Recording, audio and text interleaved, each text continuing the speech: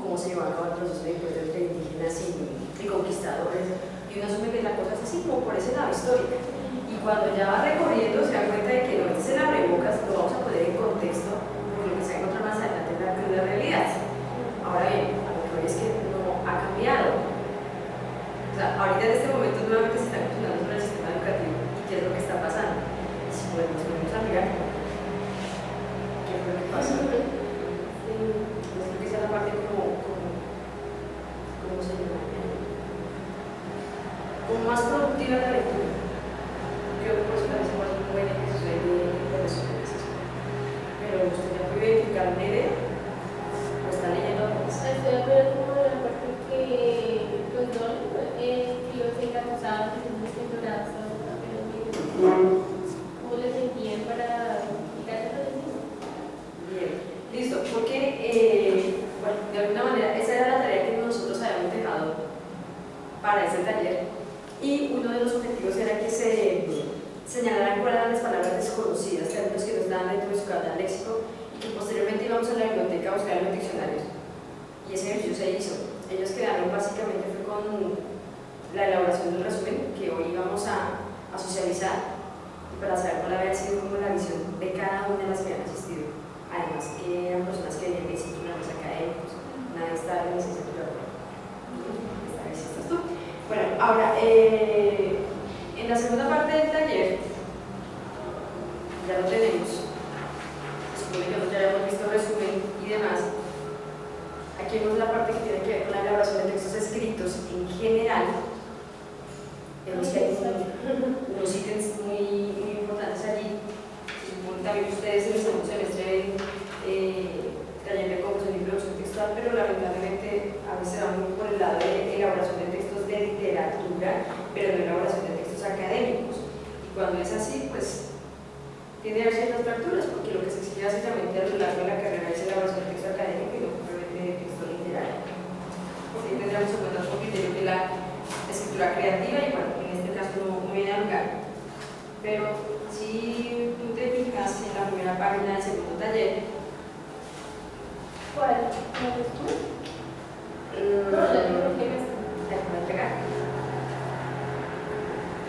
da cuenta de las generalidades para la elaboración de textos escritos. Nosotros habíamos abordado en el primer taller los dos primeros planos que tenían que ver con esto. Ay, me vengo con eso y está seguro. Entonces la estamos poniendo en contexto, ya está leyendo el texto. Estábamos hablando básicamente de las etapas del proceso de elaboración del texto escrito.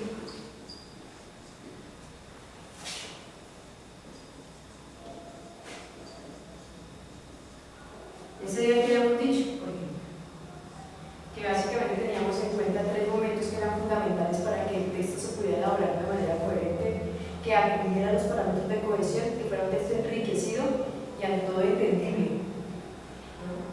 Básicamente habíamos hablado del proceso de planificación o planeación,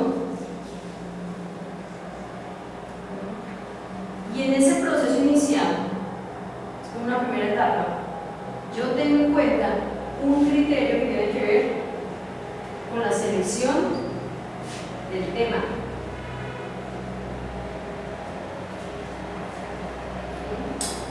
Después de que yo he elegido o he seleccionado el tema, yo llevo a cabo un proceso de documentación.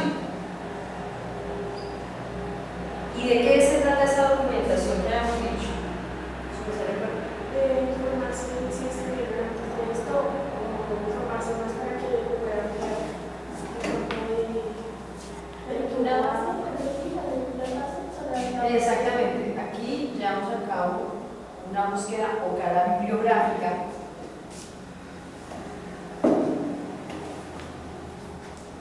para poder documentar si realmente se ha escrito sobre el tema, qué se ha escrito sobre el tema, y yo no vaya a descubrir la guatire.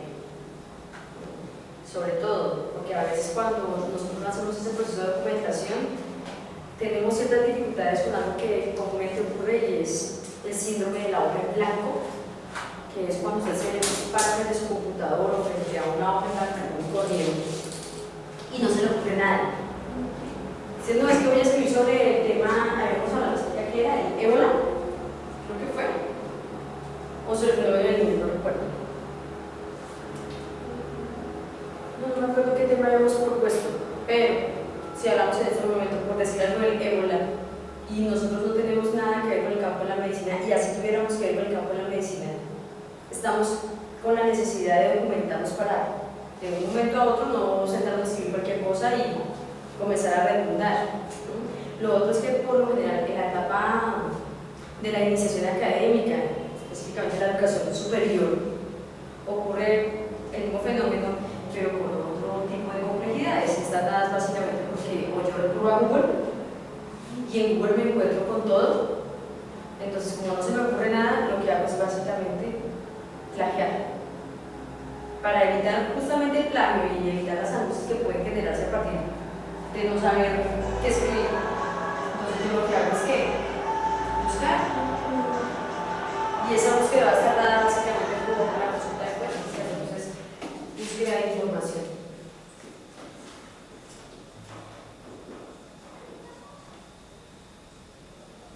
sobre el tema. Cuando yo ya me he documentado, yo paso a la siguiente etapa, que como la hemos llamado,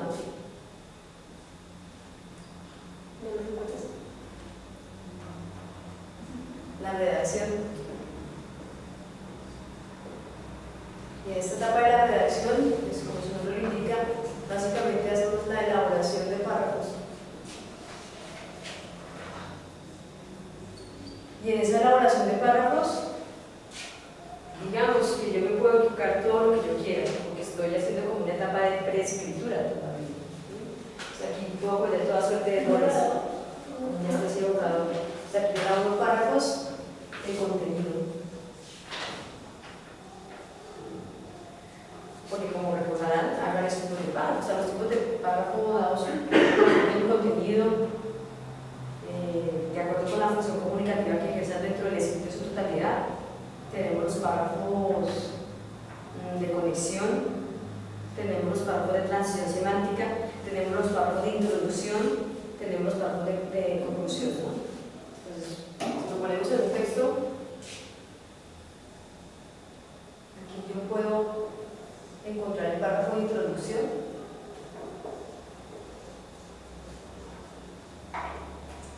Aquí voy a encontrar varios párrafos de contenido.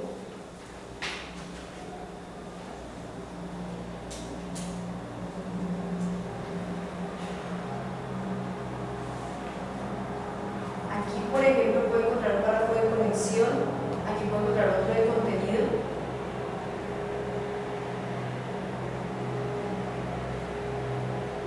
Y finalmente uno de conclusión.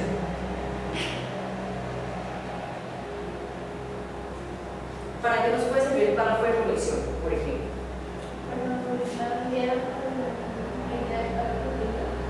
Exacto. Partamos del principio de que en cada párrafo de contenido yo desarrollo una idea principal. Ese desarrollo está dado por qué habíamos dicho.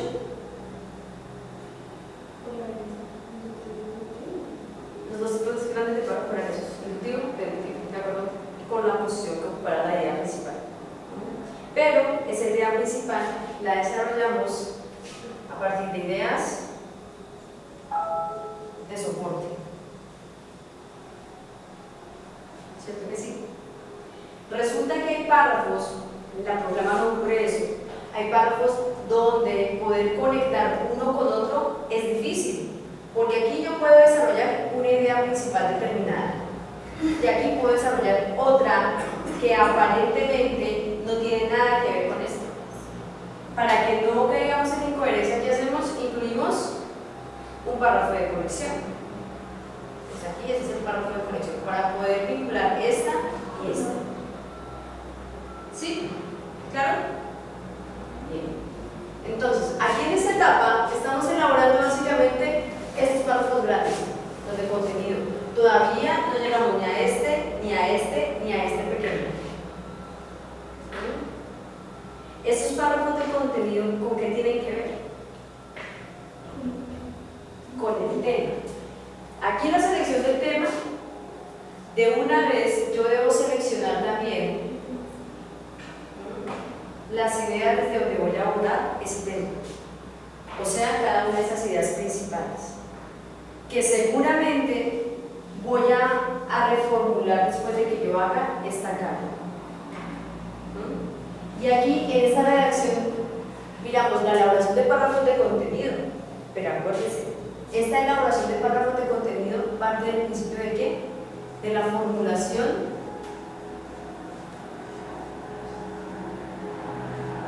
de las ideas principales.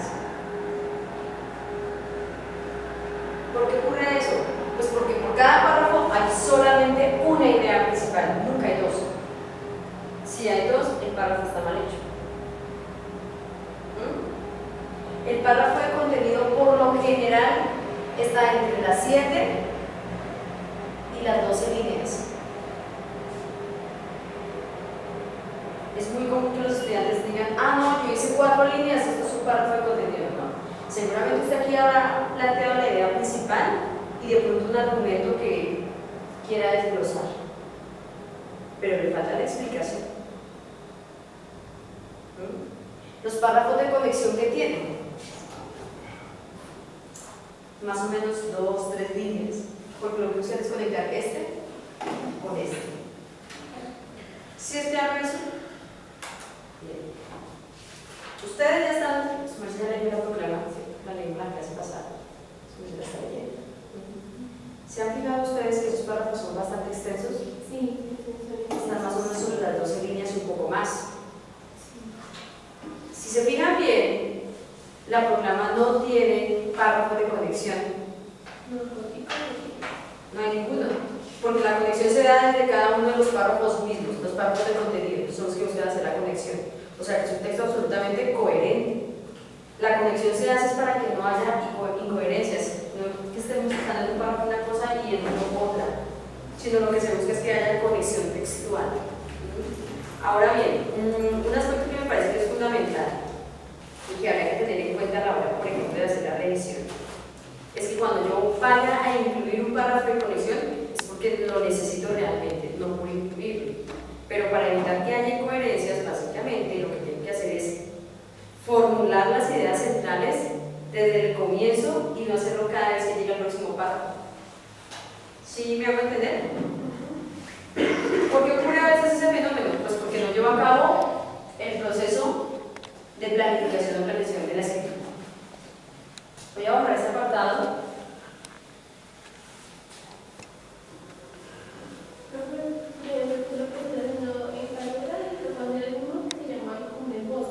El esbozo. Sobre el ensayo. ¿Y ustedes ya tienen claro la diferencia, por ejemplo, del ensayo con el resumen de la reseña? No, pero uno sabe que el ensayo es para uno mismo y la reseña es para los demás, es una de Ya, y cuando tú dices es para uno mismo. Sí, para uno mismo, pero mientras estaba así el profesor decía, porque es que ensayo no, dice como de mucho, tengo que hacer un ensayo que era el examen final. Y apenas vamos en el esposo y lo practico y ahora hay que hacer, redactar a partir de estos ensayos. Bien. Bueno, más que el ensayo sea para uno mismo, plantea el punto de vista del autor, pero eso no quiere decir que el tono del ensayo y el estilo del ensayo quede demostrado que es uno mismo quien lo está escribiendo. Me refiero a lo siguiente. Cuando se comienza el proceso de redacción, estamos en esta etapa. Aquí dijimos que nos podemos equivocar todo lo que queramos. Viene otra etapa, y de eso vamos a hablar, que es lo que vamos a abordar el día de hoy, que es la revisión, que de esa hablamos, creo que en términos muy generales, la sesión pasada. En esa revisión, básicamente, ¿qué nos encontramos nosotros? Aquí hacemos la eliminación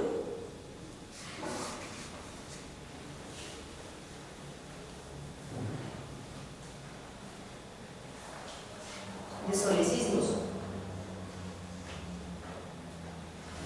Y esa eliminación de eso les decimos que comprende. Entonces, eliminar anfibologías, que son las que vamos a mirar el día de hoy, eliminar redundancias, pleonasmos, ¿qué más tenemos? Silepsis, no sé si vamos a mirar anacolutos, muletillas.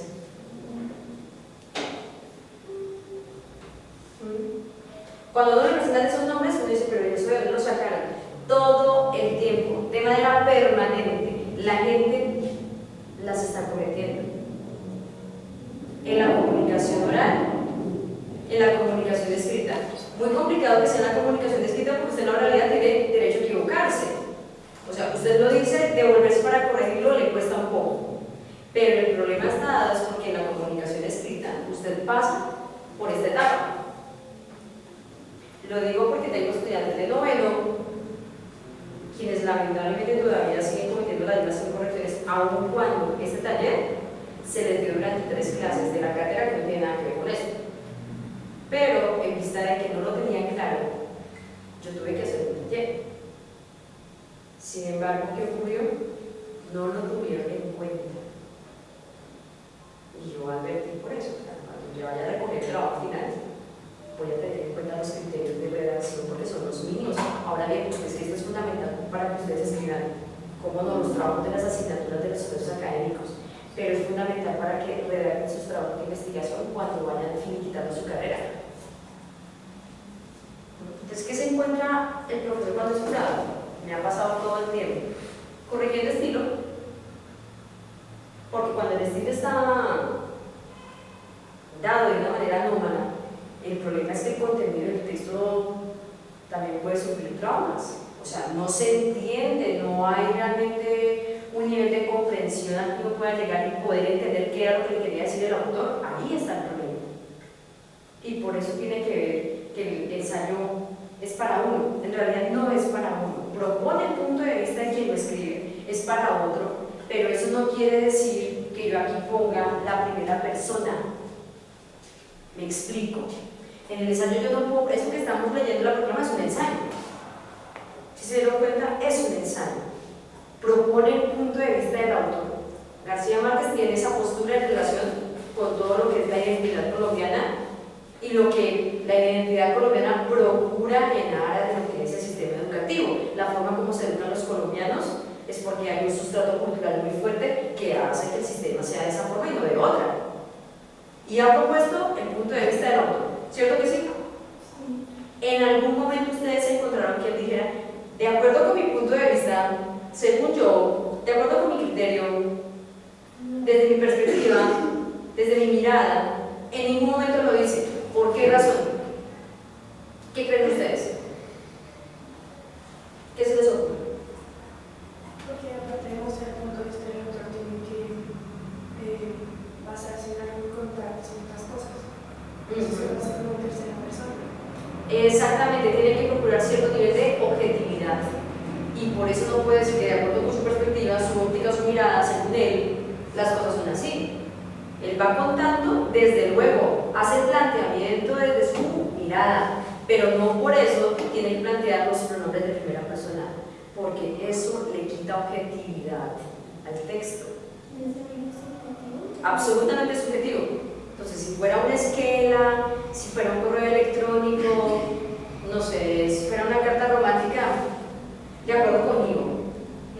Pero estamos hablando de un nivel académico, de un nivel de ciencia, y en los niveles académicos y de ciencia procuramos que ese nivel subjetivo no sea tan evidente, aun cuando esa modalidad textual, que es el ensayo, plantea una tesis propia. Una tesis propia, ¿cómo no? Pero una tesis propia que se puede verificar en otros planos, en otras instancias, como es el caso de la proclama. Si uno se pone a mirar desde el punto de vista histórico, lo que está diciendo es cierto. Si uno se pone a mirar desde el punto de vista sociológico, es cierto. Desde el punto de vista antropológico, es cierto. Desde el punto de vista político, es cierto. Desde el punto de vista educativo, es cierto.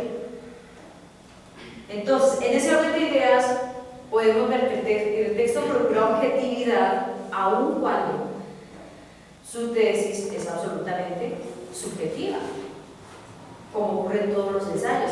Pero ahora bien, hay que entender que los ensayos son un producto académico que parte del principio científico.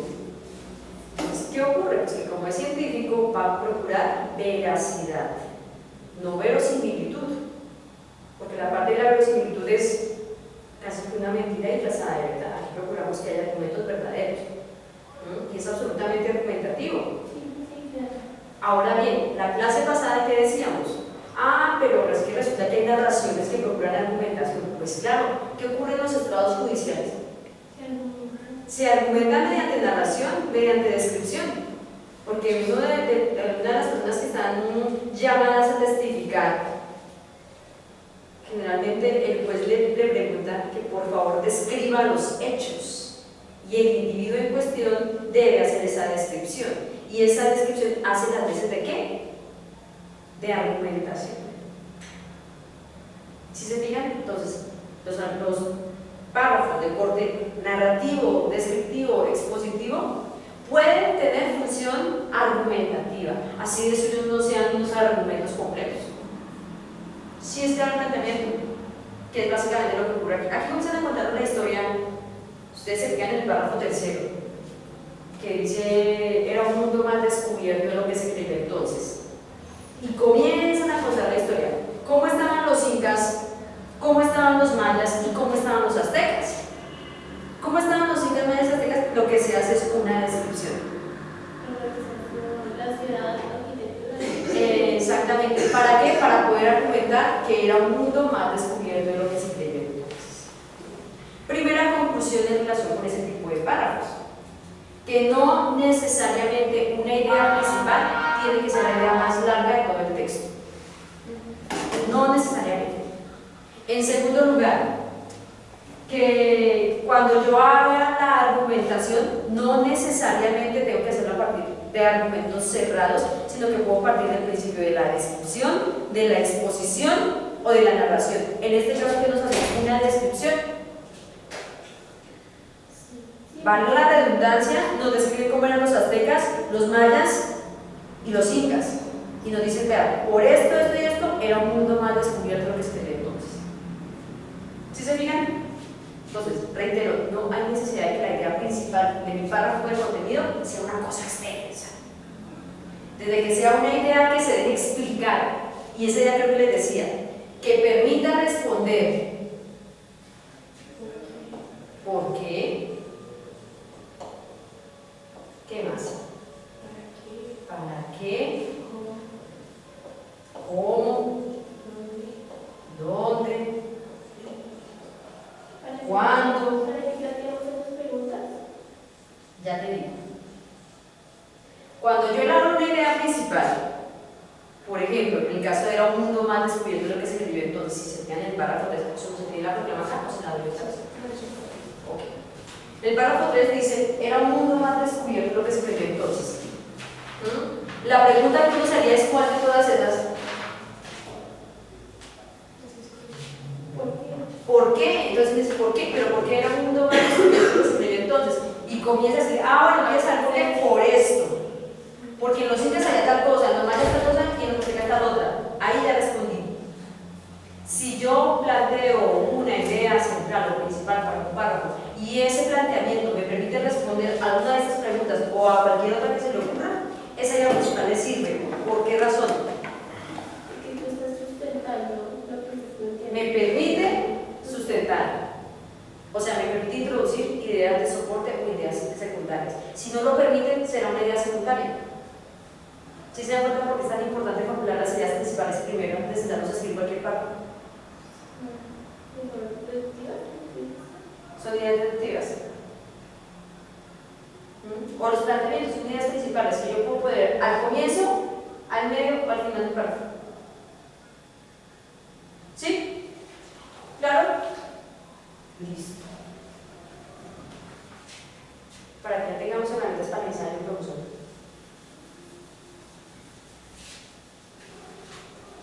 Ahorita a las 11 nos vamos para la biblioteca nuevamente a mirar nuestros libros. Ese día miramos los diccionarios, ¿no? Creo que no está el diccionario de Corripio ese día. estaba. Creo que no estaba. Vamos a mirar si el diccionario es espectacular para la parte de revisión. Bueno, esto es lo que vamos a abordar ahorita. Luego viene esta etapa de revisión que está relacionado con esto. La parte de coherencia, que la vamos a abordar en la clase de hoy, y cohesión. Aquí revisamos la acentuación, porque recuerden que el corrector de Office no le revisa todo, y si se lo revisa, no se lo revisa de la manera adecuada. Aquí, por ejemplo, no le va a revisar los diacríticos.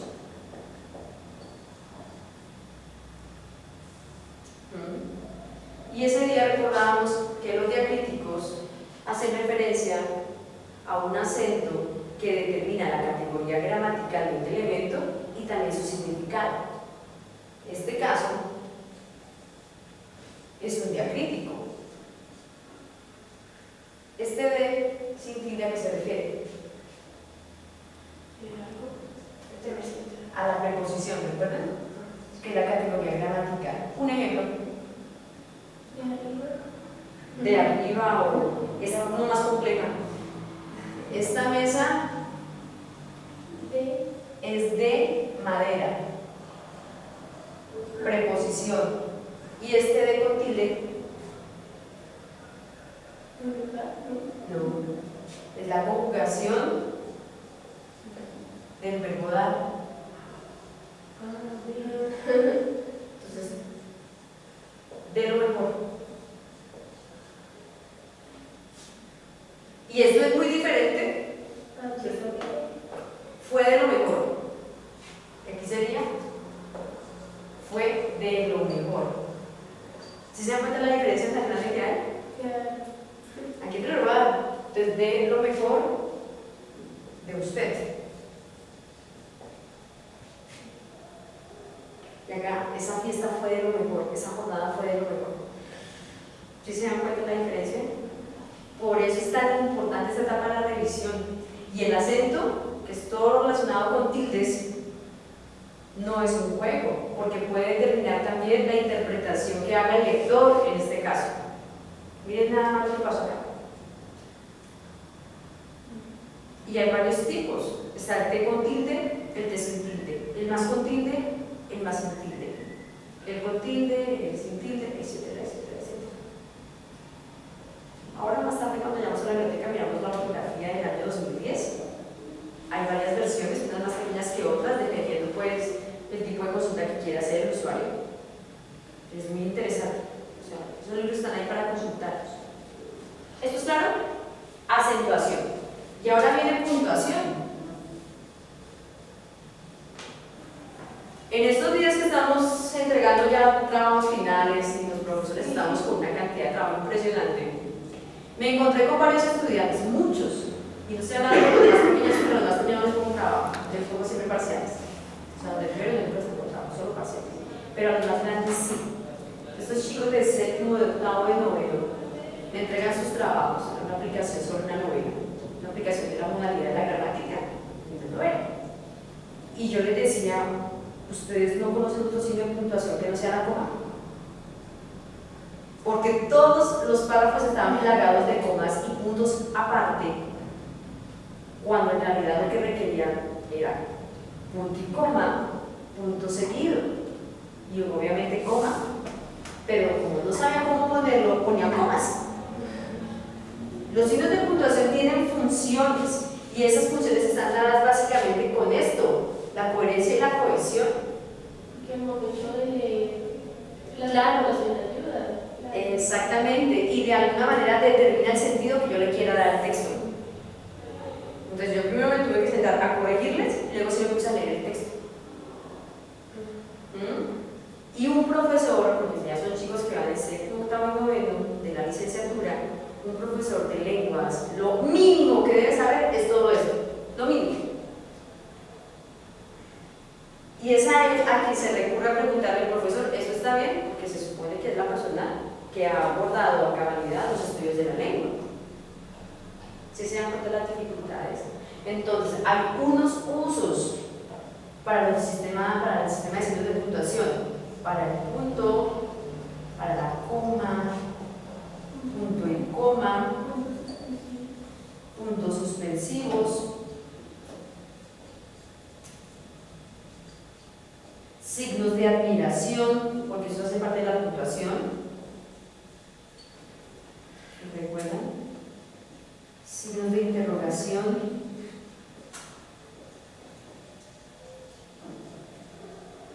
¿Qué otros signos hay? Las comillas,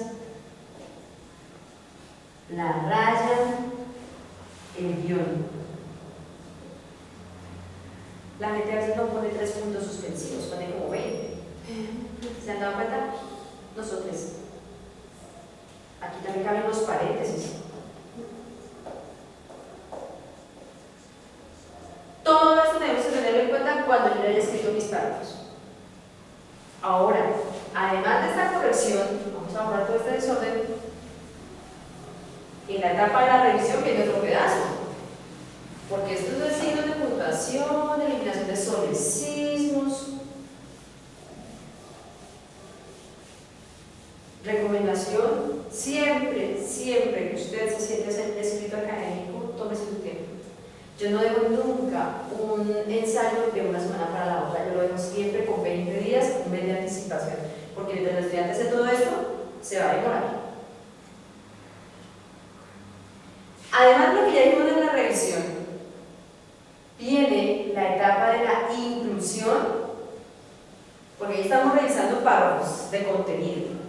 Ahora vamos a hacer la inclusión de párrafos de conexión. Si hacen falta, si no hacen falta, listo, esta etapa la pasamos.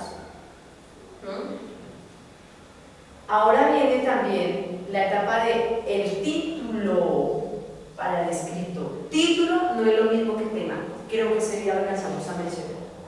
¿Por qué razón? Porque aquí, por ejemplo, si lo tenemos en cuenta para el texto que nos compete, que la proclama, el título en principio no tendría nada que ver con el desarrollo que se hace a lo largo de todos los párrafos. El primer párrafo tengamos en cuenta que nos habla del descubrimiento de América, y el último párrafo, los últimos 2 párrafos, sí hablan de algo sobre el tema, que era la educación. Aquí era la cultura y la educación. La pregunta sería entonces inicialmente: ¿qué o cuál es el tema de la proclama? Y preguntarnos si tiene alguna relación directa con el título.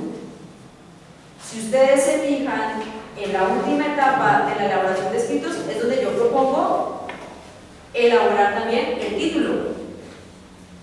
No es lo primero que yo hago, es lo último que yo debo hacer. Porque si propongo primero el título, estoy de alguna manera supeditando mis ideas. Y yo no sé finalmente mi proceso de escritura para dónde vaya a coger lo que voy a escribir. Solamente después de que yo he hecho toda la elaboración de los famosos párrafos de contenido, es que yo puedo determinar qué título vaya a escribir. ¿Sí es claro eso? Por eso, el título es la parte más creativa del escrito. Si ustedes se fijan, ahí dice proclama, una proclama por un país al alcance de los niños. Reitero, en el primer párrafo vemos que hay un abordaje del tema que no tendría nada que ver en principio, pero que solo después de que yo hago todo el recorrido del texto es que me doy cuenta de que sí había una relación. Entonces, como debe ser la parte más llamativa del texto, el título es lo último que yo debo escribir, porque allí de alguna manera debo dar una visión, así sea implícita, de lo que contiene mi texto, y en este caso eso es una visión implícita. ¿Es claro eso? Después de que ya he hecho esto, ya hice la revisión de todo mi escrito. Ahora sí, pero casi lo olvido.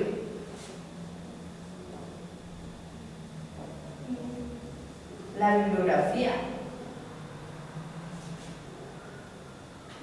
Y en esta bibliografía yo debo nuevamente abordar todo el texto para verificar si están los autores que cité, las citas, las obras, que seguramente yo recapitulé cuando estaba escribiendo. Todo eso se debe citar. Para algunas instituciones se utiliza APA, otras ICONTEC, otras MLA. Hay distintas normas. En algunas partes de Norteamérica esta es la que se usa, en otras prefieren esta, y en Europa es esta básicamente la que se usa. Algunas veces se hace esta acá en Colombia. ¿Bien? Lo ideal sería que uno supiera todo eso. Aquí en la Universidad de La Salle se está manejando APA. ¿Es claro esto? Entonces ahora vamos a mirar la parte de revisión, que es lo que teníamos para el día de hoy. Pero una pregunta. Señora.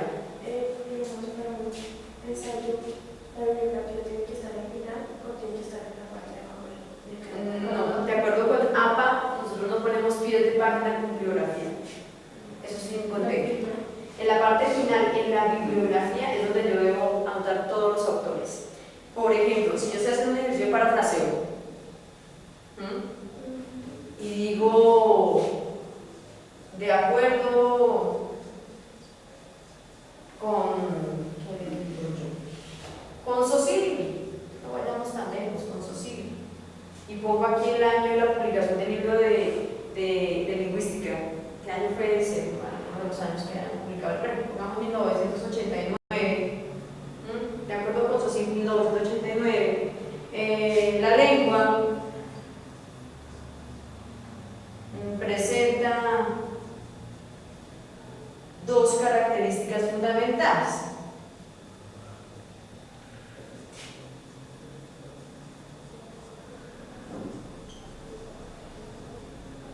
Dos puntos.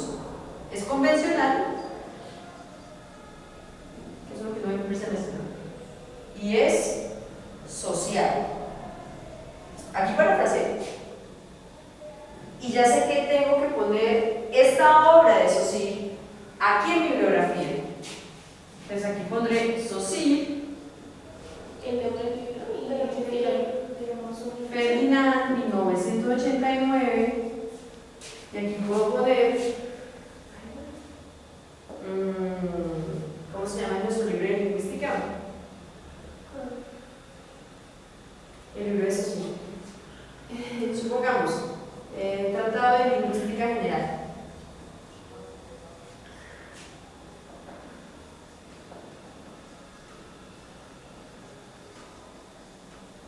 Si aquí yo he planteado una cita textual, debo poner la página. Supongamos que sea la página 29. Entonces, lingüística general, esto supongamos que lo haya dictado Barcelona, editorial Ariel.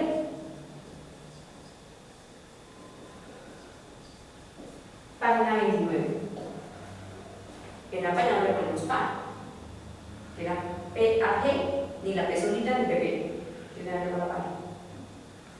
¿Eso es claro? Porque el pie de página nos va a funcionar en APA, básicamente, para determinar si yo quiero hacer algún tipo de declaración textual.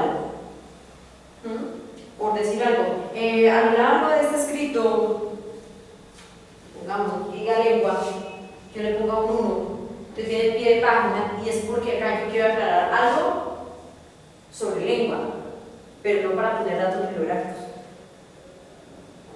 Con el asterisco, ¿cierto? Con un asterisco, ahora, claro, pero si yo voy a tener varias notas de pie de página en una clase numérica, no poner el asterisco porque me pierdo, ya lo encontré con 20 asteriscos para la nota 20, si se escribe un libro. 20 asteriscos hasta acá y ahí se escribe con un número. ¿Sí es claro el elemento? Sí, pero, o sea, eso es solo para una oración, una frase, una bibliografía. Para cualquier texto. Para cualquier texto. Sí, porque aquí básicamente lo que estamos haciendo es inclusión de citas, bien sea de corte literal o bien sea de corte parafraseado. Y en cualquiera de los dos casos yo tengo que citar la fuente, o si no sería un plagio. Pero digamos que tiene que ser al final. ¿En la bibliografía? Sí, pero al final de la oración, no al lado del autor, qué sé yo. No, no el autor, aquí yo lo puse al lado del autor, porque estoy parafraseando. Digo, de acuerdo con Socili, abro paréntesis, 1989, 1989, página 29, el lenguaje o la lengua, no sé qué cosa. Si lo voy a poner literal, hay unos criterios para poner las citas literales. La extensión, o sea, la cantidad de palabras, o más que de palabras, de grafías que tenga, es lo que va a determinar que yo lo ponga dentro del mismo párrafo o que lo saque del párrafo. Si tiene más de 4 líneas, tiene que ir fuera del párrafo. Con una sangría. Con una sangría. Esa sangría, así. Con una sangría y debe ir en una fuente que sea inferior. Si yo estoy manejando, por decir algo, Arial 12, se supone que la cita tiene que ir en 10. La cursiva es cuando yo introduzco la cita dentro del mismo párrafo. ¿Sí es claro eso? Necesitamos practicar. Así es. Pero hay que consultar a Pablo. Creo que aquí en la universidad, en la página web, hay un apartado donde uno puede consultar a Pablo.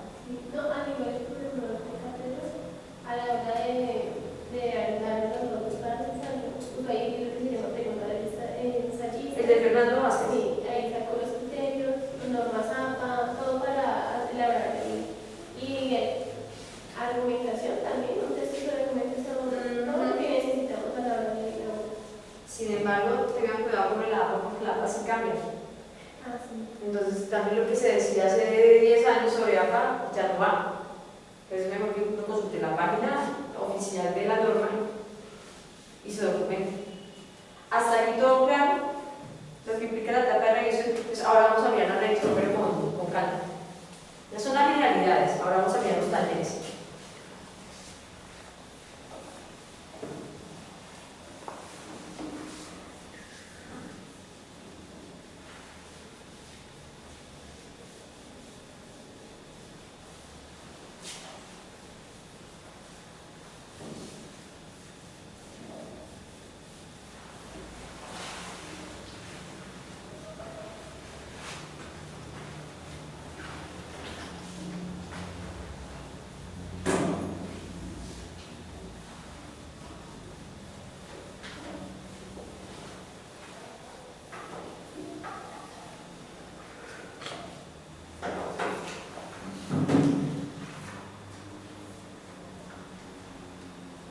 Bueno, en la página 2 del segundo taller, nosotros tenemos el primer apartado que dice coherencia.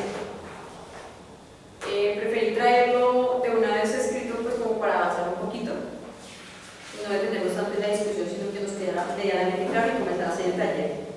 Dice, si permite entender e interpretar el contenido del texto por partes y en su totalidad, en la medida que le proporciona unidad organizativa, temática y lógica. La coherencia parte del principio de la información pertinente dada y atiende a 3 aspectos. Díganme una cosa, queda claro a qué se refiere por partes y en su totalidad, y que sea una unidad organizativa, temática y lógica, ¿o no? Parte, pues, en su totalidad, pues en general, se refiere a general. Esta coherencia está dada por 2 planos, creo que lo habíamos alcanzado a mencionar la vez pasada de manera muy general.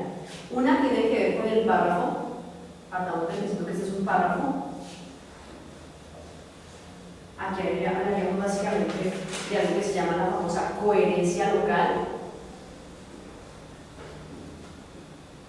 Y decimos que este párrafo debe llevar una idea principal y unas ideas de soporte. Y que la coherencia va a estar dada porque va a existir una relación directa entre esta idea principal y estas ideas de soporte. ¿Qué es lo que ocurre con la proclama? En cada uno de los párrafos vemos que hay una idea principal, hay unas ideas de soporte que desarrollan esta idea principal. Y si existe esa relación, porque estas me explican esta, es porque tenemos coherencia local. O sea, que hay una lógica interna entre esto y esto. ¿Sí es claro el evento? Miramos el texto de la proclama.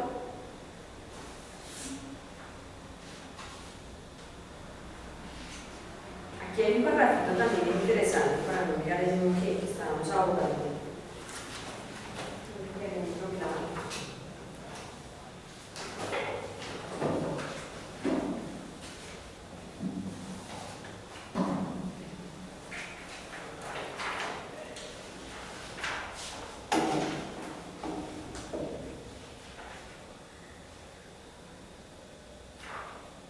página 4 de la Proclama. Vamos a mirarlo y vamos a aplicar esto, a ver cómo nos va. Tuvo que transcurrir un siglo para que los españoles conformaran el Estado colonial con un solo nombre, una sola lengua y un solo Dios. Sus límites y su división política de 12 provincias eran semejantes a las de hoy. Esto dio por primera vez la noción de un país centralista y burocratizado y creó la ilusión de una unidad nacional en el sopor de la colonia. Ilusión pura en una sociedad que era un modelo oscurantista de discriminación racial y violencia alarmada bajo el mando del Santo Oficio.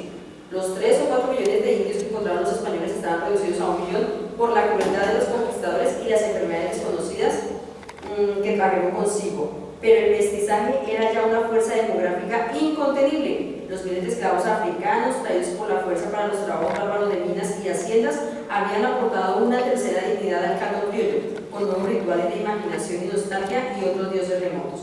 Pero las leyes de Indias habían impuesto patrones milimétricos de segregación según el grado de sangre blanca dentro de cada raza. Mestizos de distinciones varias, negros esclavos, negros libertos, mulatos de distintas escalas. Llegaron a distinguirse hasta 18 grados de mestizos y los mismos blancos españoles segregaron a sus hijos propios como blancos criollos. Si lo miramos, ¿cuál sería la idea principal de ese párrafo? La formación de la sociedad, la formación de escala de la sociedad. Su merced está hablándome de esto, del tema o núcleo temático de ese párrafo. Cuando nosotros abordamos la tipología del párrafo,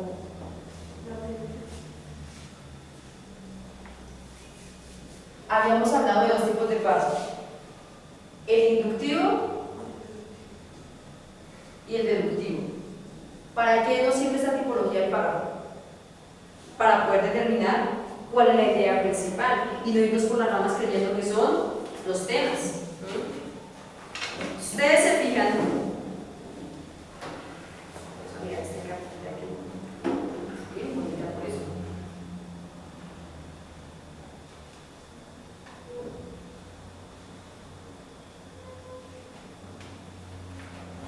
En este caso, ¿cuál sería el tipo de párrafo?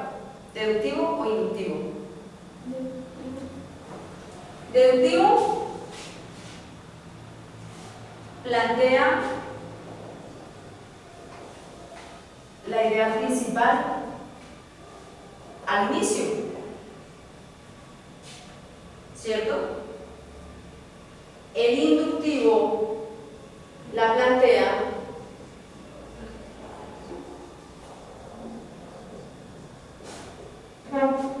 al final del párrafo a manera de conclusión.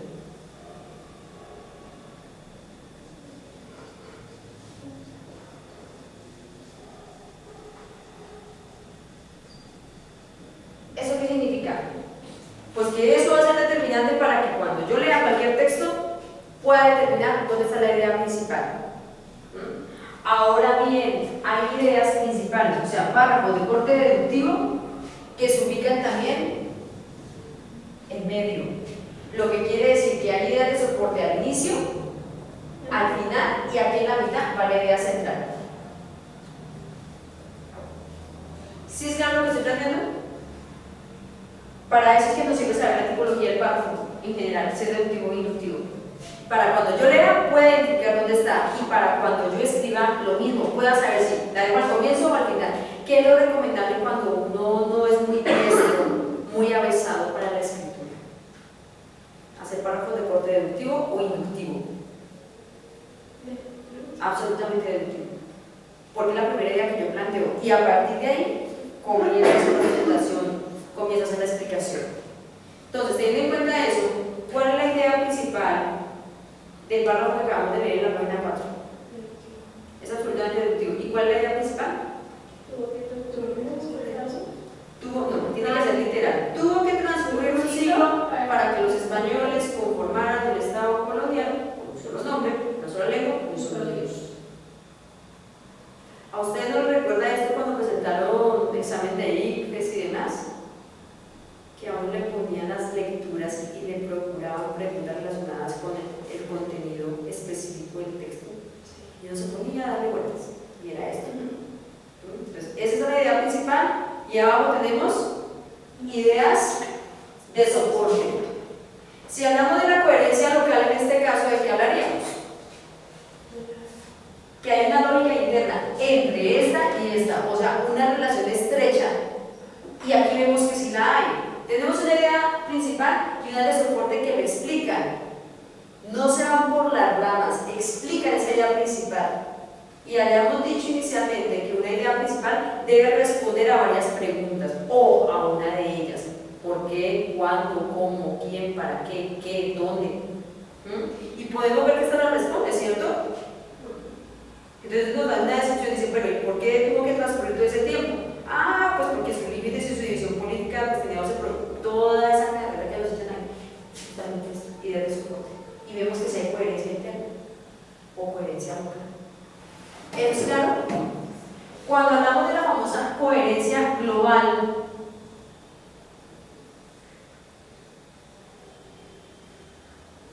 supongamos que aquí 3 párrafos de contenido, señores. Tengo 3 párrafos de contenido, con sus ideas principales y de soporte respectivamente. Yo doy cuenta de que esto debe mantener coherencia, o sea, debe entablar una relación entre este y este. Si esa relación no se entabla o no se establece de una manera explícita, tengo problemas de coherencia. Y ahí es cuando tengo que mirar yo cómo arreglo el problemita. Bien porque modifique el contenido en la explicación, o bien porque yo incluya un párrafo de conexión que me vaya a conectar este con este con este. ¿Sí es un planteamiento? Y a eso es que le llamamos nosotros la famosa coherencia global. Eso es todo. O sea, no tiene mayor ciencia. Esto es coherencia global, esto es coherencia local. Coherencia global, la que debe existir entre todos los párrafos de un texto. Y la local, la que debe existir entre la idea principal y la idea de soporte de un texto. ¿Sí es claro, niñas? Y eso es lo que yo debo corregir en la etapa de revisión. ¿Se acuerdan que la pusimos allá? Que sea coherencia y cohesión. Pues es lo que tengo que trabajar porque después de que haya escrito todo. Diga, si tiene coherencia o no, tiene lógica interna o no, está relacionado uno con lo otro o no. ¿Sí? Muy bien. Seguimos.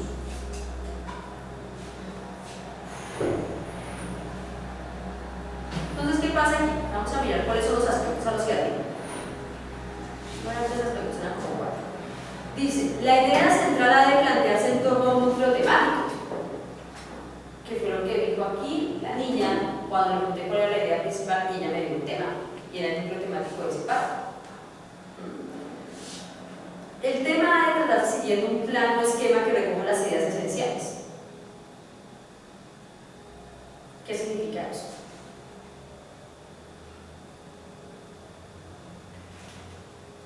Varias ideas. Tiene que ver con eso. ¿Recuerdan la primera etapa del escrito que decía planeación de la escritura? Y que les decía, aquí uno tiene que mirar desde dónde va a abordar el tema. Selecciona el tema y tiene que mirar desde dónde lo va a abordar para formular las ideas principales. Ideas principales que en la etapa de documentación se pueden enriquecer, ampliar o cambiar. ¿Es claro eso? Luego viene la distribución y secuenciación de ideas que han de seguir un orden jerárquico y sistemático, que es esto que hacemos aquí en la proclama, por ejemplo. Esa es la famosa secuenciación y jerarquización de las ideas.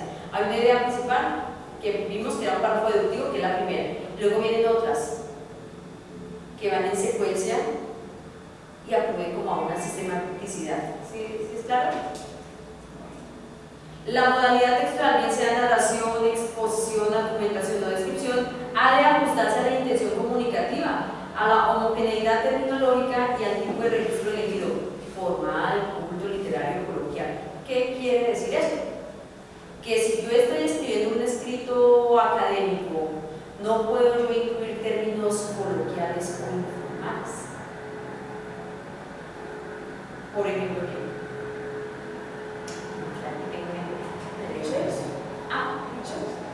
no, puedes escribir dichos, pero no los que estén dentro de la corrección académica, por ejemplo. Pero esperen, ya les tengo un pedazo que es para que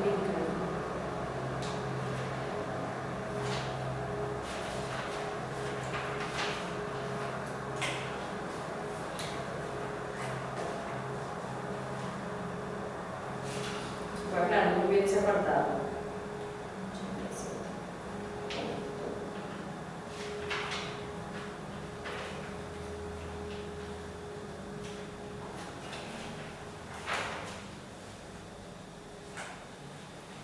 Es algo como lo que dice más o menos ahí que uno debería hacer, ¿no?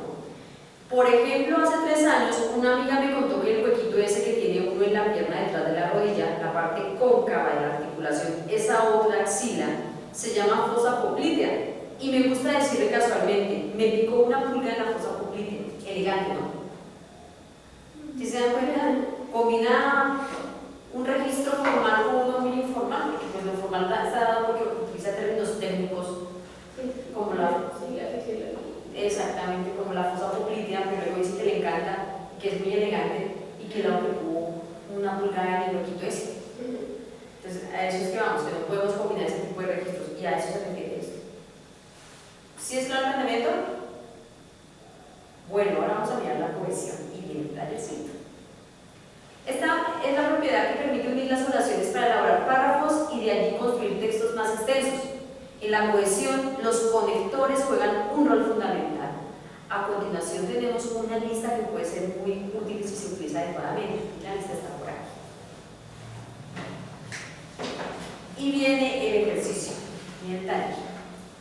Ya les voy a dar la lista. Y viene el tallercito. ¿Listo? El taller dice, en el texto siguiente elimine los términos redundantes y reconstruya la relación referencial pues sea más adecuada. La idea es que se reescriba ese texto. ¿No? Entonces tienen ahí un tipito como unos 10 minutos para que lo reescriban en no. Entonces les voy a dar la primera pista para que sepan cómo se elabora el taller. ¿Listo? Dice, Coloso de Rodas, yo fui una estatua a la que denominaban Coloso. ¿Ustedes creen que esa oración les sobra algo o no? Yo fui a una todas las ¿Les sobra algo a esa oración? Yo fui una estatua a la que denominaban Coloso. ¿Les sobra eso? ¿Y cómo quedaría? Yo fui una estatua que denominaban Coloso. Bien. ¿Y el yo le sobraría? No. No. ¿Sí o no? ¿Y por qué? Le sobraría el segundo. Porque El segundo. está refiriéndose a la primera persona. Bien, ¿y el fin no va implícito el yo? Sí, eliminar el segundo yo. Yo era de bronce y yo estaba al lado. No, estamos en la primera oración. ¿Le sobra o no le sobra? ¿Será que no? En el verbo no va implícito del sujeto. Claro, en el verbo va implícito el sujeto. Por eso decimos fui una estatua que me va Coloso. ¿Sí me hago entender? No es como en inglés que dedicamos siempre el sujeto. En español no, nosotros tenemos sujetos implícitos. Entonces lo que queremos hacer con este ejercicio es eliminar todo lo que les sobre sin cambiar el sentido del texto. Algo así como que la primera oración quedaría fui una estatua y no, porque alguien tenía que denominarla a la que denominaban Coloso. Entonces en adelante se van a eliminar todo lo que sobre, miren sus versiones. ¿Listo? Voy a entregar una vez entonces el taller de conectores junto con una lista de conectores, una lista pequeña como fundamental para que tengan en cuenta lo que vamos a hacer.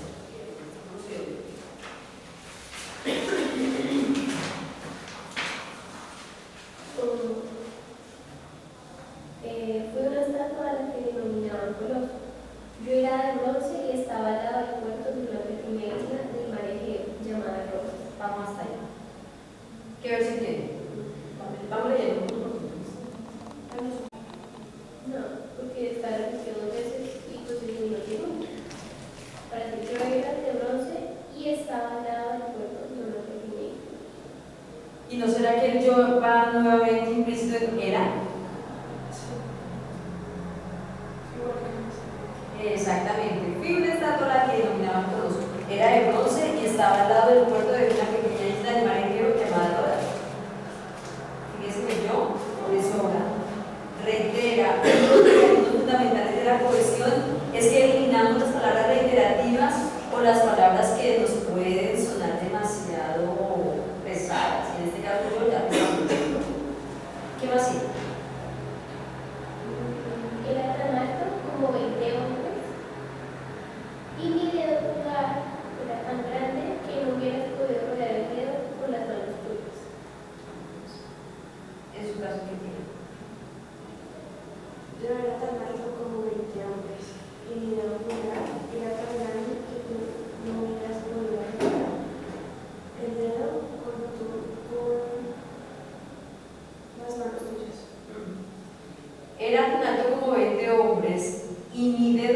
lugar era tan grande que no hubieras podido rodearlo. Ustedes dijeron rodearlo, por favor, corrijan porque se trata justamente de ese ejercicio de cohesión. Que no hubieras podido rodearlo con tus manos. Y aquí tenemos en cuenta la diferencia gramatical que existe entre el adjetivo posesivo y el pronombre posesivo. El adjetivo es el que se pone antes del nombre y sería con tus manos. En este caso están utilizando acá las manos tuyas, el dedo mío, y esa no es la forma acertada de hacerlo. El pronombre se utiliza en algunos casos, pero en estos casos se utiliza el adjetivo. ¿Listo? Mi dedo, tus manos. ¿Es claro? Seguimos. Si te hubieras subido sobre mi cabeza, tú hubieras podido ver la tierra y el mar a muchos kilómetros a la redonda. Ok. Si tú hubieras subido sobre mi cabeza, tú hubieras podido ver la tierra y el mar a muchos kilómetros a la redonda. Bueno, ahí más o menos.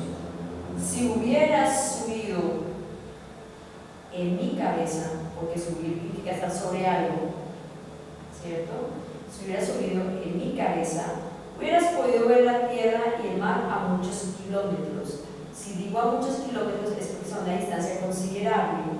Luego a la redonda me sobra. ¿Sí? Ahí hay que mirar la parte semántica, o sea, la parte de significado. Hace mucho tiempo los habitantes de Rodas trataron de salvar la isla donde vivían de una invasión de millares de hombres de otras tierras. ¿Cómo queda eso?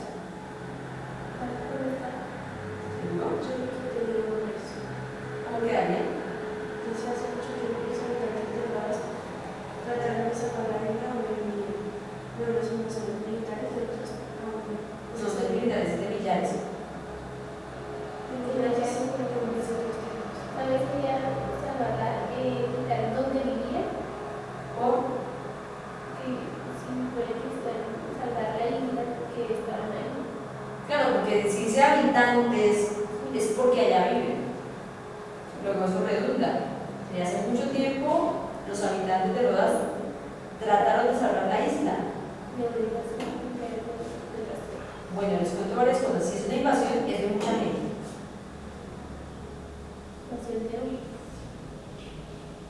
De una invasión, porque es que cuando uno invade es porque viene de otro lado. Uno no invade donde uno vive. Por eso les decía que esto era una cuestión de significado, que era lógica. Porque aquí hablamos de que la invasión no lo hace un solo individuo, lo hace mucha gente. Entonces, millares de hombres les sobran. De otras tierras, pues porque se supone que si vienen a invadir es porque vienen de otro lado. Entonces, lo que llaman invasión. Sí, exactamente, una invasión, porque todo lo demás está implícito en invasión. Es mucha gente que viene de otra tierra. ¿Eso es claro?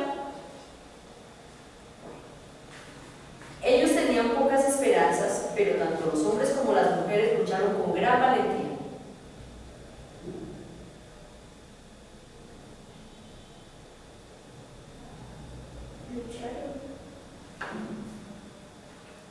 Tenían pocas esperanzas, porque estamos hablando de los famosos habitantes de Rodas. Tenían pocas esperanzas, pero todos lucharon con gran valentía. Ahí van implícitos los hombres y las mujeres.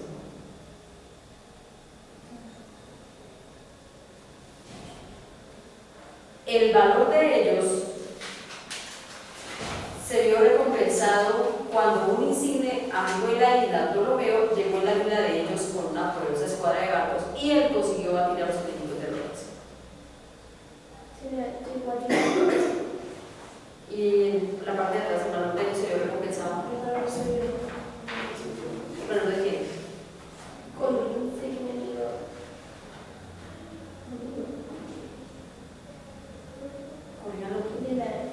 Pero igual es que puntos no se refiere a ellos. No, es que aquí dice, el valor de ellos se vio recompensado cuando un insigne amigo de la isla, Ptolomeo, llegó en la ayuda de ellos con una poderosa escuadra de barcos y él consiguió batir a los enemigos de Rodas. Todo el apartado, son dos oraciones hermosas, una oración compuesta.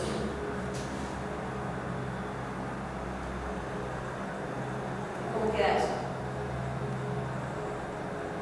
Se dan cuenta que a eso nos referimos más a la etapa de revisión, porque si así escribe, eso es lo que llaman los trabajos. En la versión de recompensado, ¿Qué significa? Una persona que es muy importante, es muy reconocida por sus hazañas. No, quiero que me lo lean todo el apartado, es que se corrió. Reescriban ese pedacito en una hoja.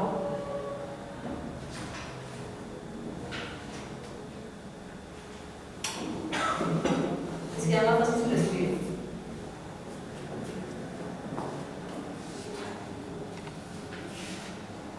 El valor de ellos se vio recompensado cuando un insigne amigo y la isla Ptolomeo llegó en ayuda de ellos con una poderosa escuadra de barcos y él consiguió batir a los enemigos de Rodas.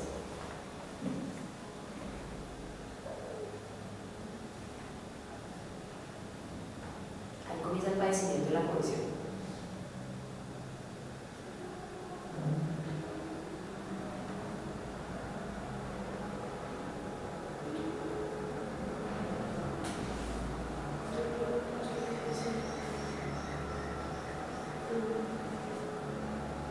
el barco se vio recompensado cuando un insigne amigo de la isla Ptolomeo llegó en su ayuda con una poderosa escuadra de barcos, y así consiguió batir a los enemigos de Rodas.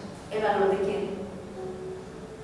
Pero por encima, El valor Allá dice el valor de ellos.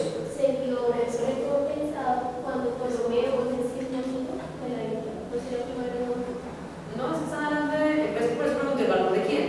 por eso, pero es que es punto seguido. Claro, querida, pero nosotros estamos diciendo aquí que la idea principal va relacionada con las ideas de soporte. Y si nos fijamos en la idea previa, decía, ellos tenían pocas esperanzas, pero tanto pues como pueden luchar con la valentía. La versión de los es, tenían pocas esperanzas, pero todos lucharon con gran valentía. El valor de ellos, ¿el valor de quién? Por eso cuando tú pusiste el valor, se le recompensaba el valor de quién. Aquí tenemos un problema de cohesión, porque no sabemos quién es. ¿Cómo lo podemos reemplazar? Estaríamos reiterando nuevamente, estaríamos redundando. Sería su valor, porque estamos hablando del valor de quiénes, de los habitantes. ¿Cierto que sí? Si se dan cuenta, a ellos se refiere la cohesión. Y cuando yo hago un ejercicio de revisión de cohesión de escrito, tengo que mirar que no haga este tipo de cosas. Su valor se vio recompensado cuando un insigne amigo de la isla Ptolomeo llegó. Exactamente, o llegó en su ayuda, llegó a ayudarlos o llegó en su ayuda. Cualquiera de las dos es válida. ¿Sí es claro eso? No la ayuda de ellos. Llegó en su ayuda o llegó a ayudarlos. Con una poderosa escuadra de barcos. Y consiguió batir a los enemigos de Rodas. exactamente, y consiguió batir a los enemigos de Rodas. ¿Eso es claro? ¿Se dan cuenta de todas las implicaciones que tiene hacer el ejercicio de cohesión en la etapa de revisión? ¿Sí?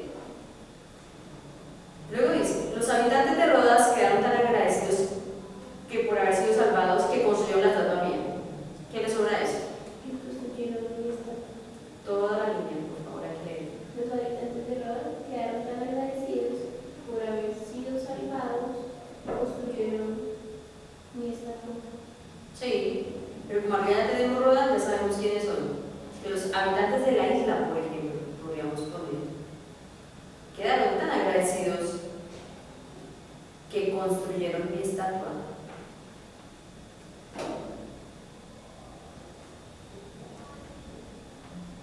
¿Se dieron cuenta lo que dice? Sí, claro. De construir una. Quedaron agradecidos porque los salvaron. Exactamente, entonces ¿para qué decimos por haber sido salvados? Entonces, los habitantes de la isla quedaron tan agradecidos que construyeron mi estatua, no la estatua mía. Lo que les decía hace un momento del pronombre y el adjetivo O se posesivo. construyeron. O me construyeron, Sí, igual.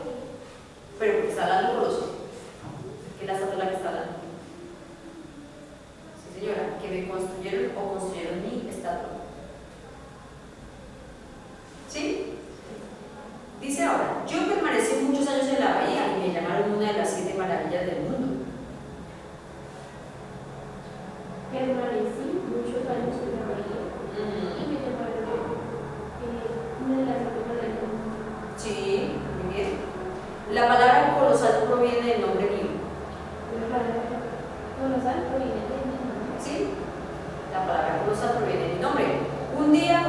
temblar? Un día de Un día tembló porque el temblor tuvo que haberse acabado en algún momento. Entonces, un día tembló. El temblor fue tan intenso que yo me derrumbé y ellos no pudieron recomponerme a mí. Temblor no te intenso Ujú. que me derrumbé y yo pudieron recomponerme. El temblor fue tan intenso que me derrumbé y no pudieron recomponerme. Porque cuando digo pudieron, va implícito quién. Ellos, muy bien. Hoy en los libros, yo no soy más que una estatua llamada Coloso de Rodas. Hoy en los libros no soy más que una estatua llamada Coloso de Rodas. Sí, señora, hoy en los libros no soy más que una estatua llamada Coloso de Rodas. Pero de vez en cuando se encuentran grandes con pequeños fragmentos de bronce que formaban parte del cuerpo mío. Pero de vez en cuando te encuentran grandes y pequeños fragmentos de bronce que formaban parte de mi cuerpo. Más o menos. ¿Tienes otra versión? Pero de vez en cuando se recuerdan una vez en que este momento de herencia que formaba parte de mi cuerpo. Bueno, la niña sería. Pero de vez en cuando se encuentran fragmentos de bronce que formaban parte de mi cuerpo. No nos interesa que sean grandes o pequeños, son fragmentos finalmente. Fragmentos de bronce que formaban parte de mi cuerpo.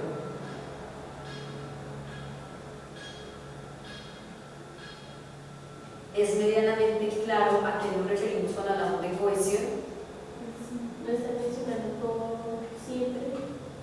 Porque hay cosas que sobran, que están ahí ya dadas, es como para que las repetimos. Después pone el texto muy pesado, muy denso, muy complicado de leer y a veces terminamos diciendo muchas cosas y no decimos nada. A eso se refiere. Y por eso es tan importante conocer la lista de conectores, saber que tienen una función discursiva y saber cuándo proponerlo dentro del escrito. ¿Bien? Bueno, viene el segundo taller que tiene que ver con lo mismo. Lea cuidadosamente los siguientes textos. Llene los espacios con los términos que considere convenientes para establecer una buena cohesión en el texto. Por ahí hay unos conectores que les pasé, de pronto les pueden servir. El primero es las bacterias nitrificadas. 5 motivos para que lo resuelvan. ¿Listo? Bueno, recientemente, no sé el título más bien, bacterias nitrificantes. Recientemente el hombre descubrió que los suelos donde ha crecido el trébol producen mejores cosechas de otras plantas que en donde la planta no ha crecido. Y la razón era que los suelos con trébol tenían más cantidad de nitratos. Lo mismo se observaba en aquellos donde crecían miembros de la familia Papulonaceae, alfalfa, arveja, soya, trigo. ¿Sí? ¿Mejor? Ahora entonces, por física, valores religiosos. ¿Cuál era la cuarta palabra? ¿Perdón? ¿Cuál era la cuarta palabra? No me acuerdo porque lo tengo en blanco. Los suelos. Entonces, recientemente el hombre descubrió que los suelos donde ha crecido el trébol producen mejores cosechas de otras plantas que en donde, o que los suelos, no, o sea, que en donde la planta no ha crecido.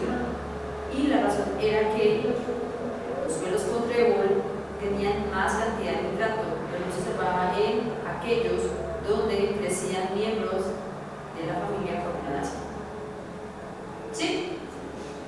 Es muy fácil, ¿no? Bueno, entonces ahora sí, valores religiosos, ustedes solas. Ya lo corregimos, porque nos falta ver todo lo que tiene que ver con eliminación de solecismos y el apartado del ensayo, que lo vamos a abordar por aquí. Como casi todos los pueblos prehistóricos, los muiscas tenían un complejo muy amplio de creencias mágico-religiosas referidas en puede ser en la mayoría o en su mayoría. Hay elementos y fuerzas naturales según desde el universo que había sido creado por Shindinigawa, Dios que no le otorgaba ninguna presencia Entonces, referidas en la mayoría o en su mayoría elementos y fuerzas naturales según, no, según las cuales el universo había sido creado por Chinigagua, Dios, que no le tocaba al que, al que claro, es que si le quitamos la preposición a, le quitamos el objeto directo. Es fundamental, al que no le otorgaba ninguna representación. él Él había creado. de las miembros latentes dando origen a cuanto se concibe. ¿Qué más?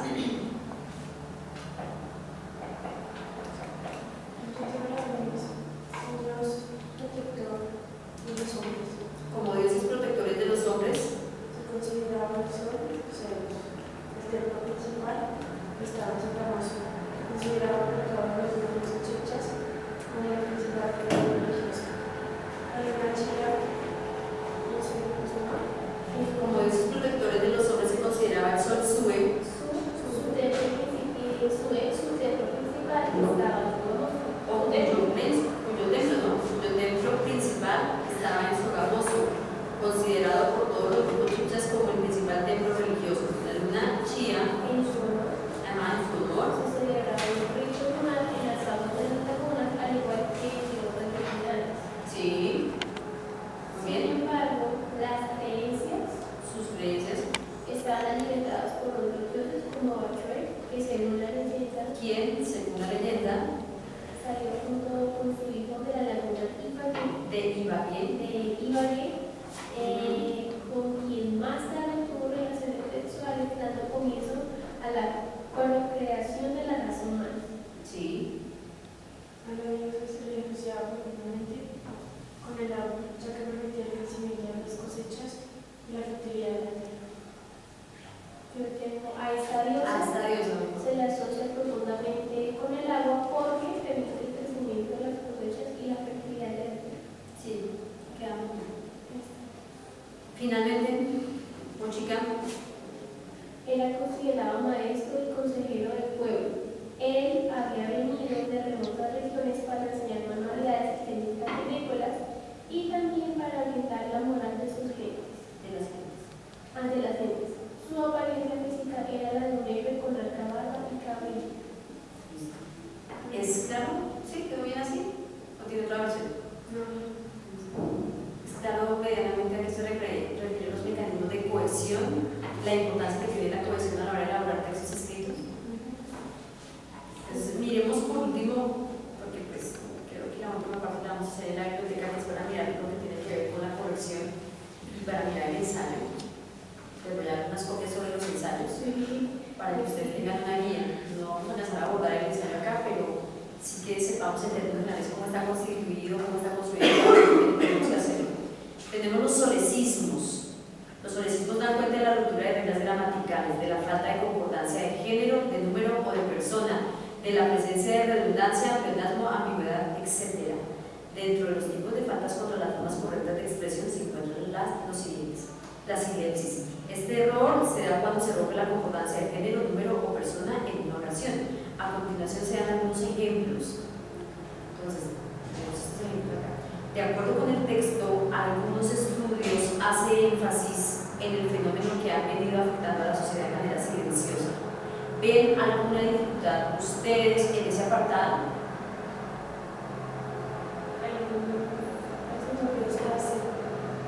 Entonces sería concordancia de qué? De número.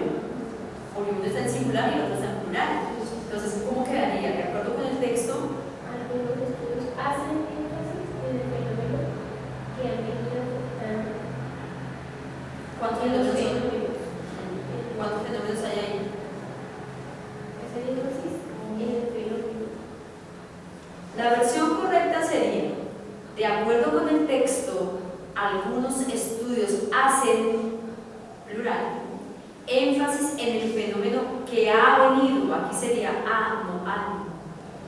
Porque ya tenía mucha redundancia de estudiantes. Porque hay que mirar que pues está básicamente aquí por dos planteamientos. El fenómeno. Se refiere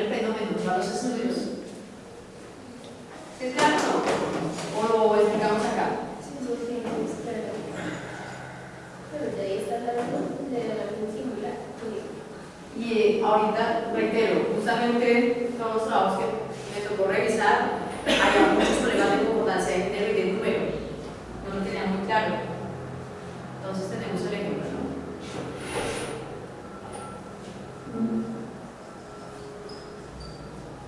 De acuerdo con el texto, coma, algunos estudios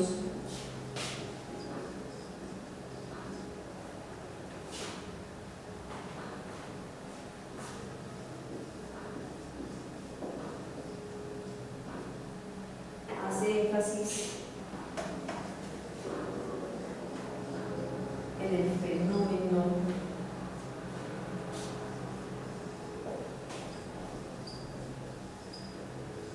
que han venido afectando A la sociedad.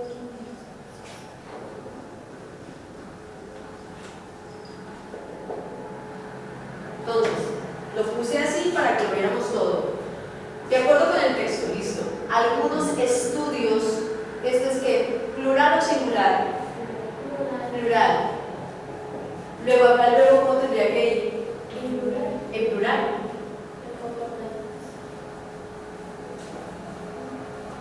Entonces aquí, N, porque es plural también el verbo.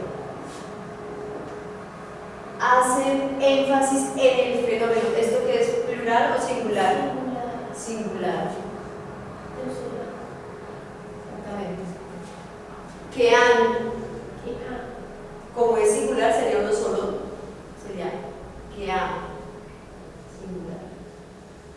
Que ha venido afectando a la sociedad. ¿Sí es claro eso? Ok. Bueno, viene el otro. Dice, en esta oración compuesta se utilizan dos sujetos y dos formas plurales entre las cuales no hay concordancia. No se relacionan sujetos y predicados entre sí. Miremos cómo es. La mitad del curso, aún los cumplidos llegaron tarde. ¿Ven alguna dificultad con esta oración?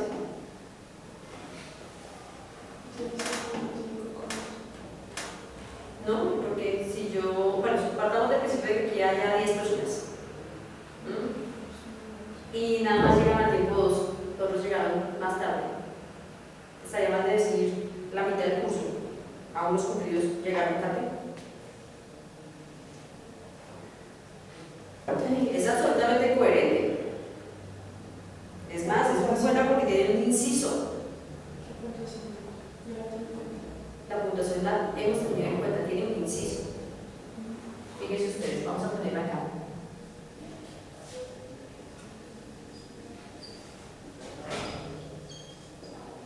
Esta es una de las funciones de las comas, ¿no? La coma sirve para hacer incisos.